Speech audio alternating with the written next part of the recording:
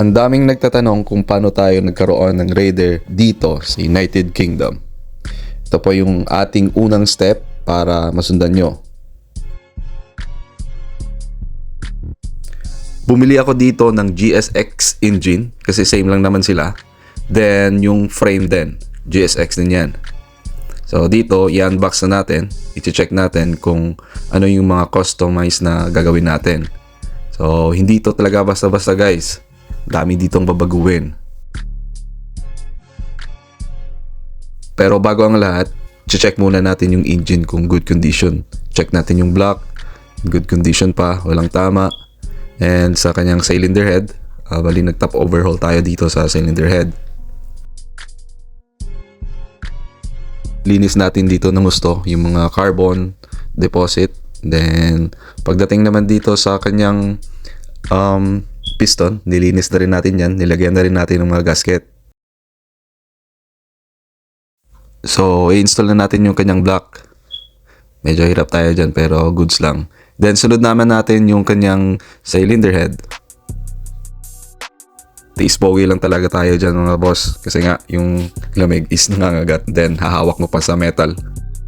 Then dito gumamit tayo ng torque wrench para sa wastong pagigpit, iwas lost thread. Sinunod na rin natin dito yung kanyang camshaft. And then nag-apply tayo dyan ng oil. Ang engine at frame pala natin dito is naka-registered na with V5.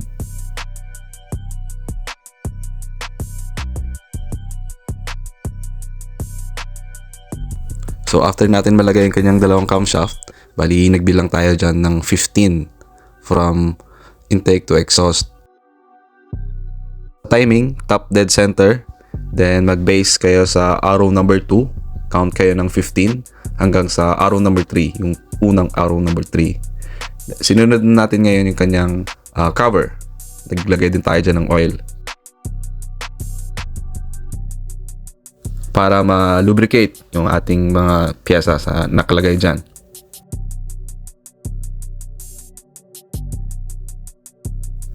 So after natin malagay yung kanyang mga bolts, gumamit na rin tayo dyan uli ng torque wrench para iwas talaga lost thread and sa tamang pagigpit. Importante talaga to guys kasi ito yung isa sa mga dahilan kung bakit yung mga makina nasisira.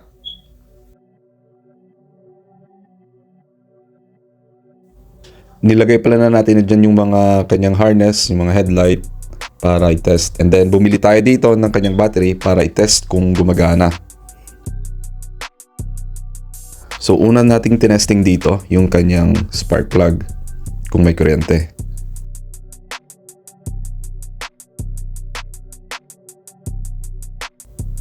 Then sinunod naman natin yung kanyang fuel injector kung may lumalabas na fuel.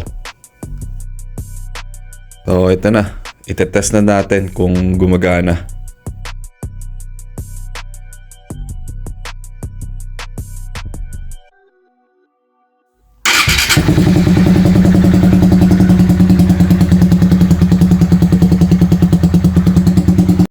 So yun guys, success yung ating combination ng Raider FI at GSX.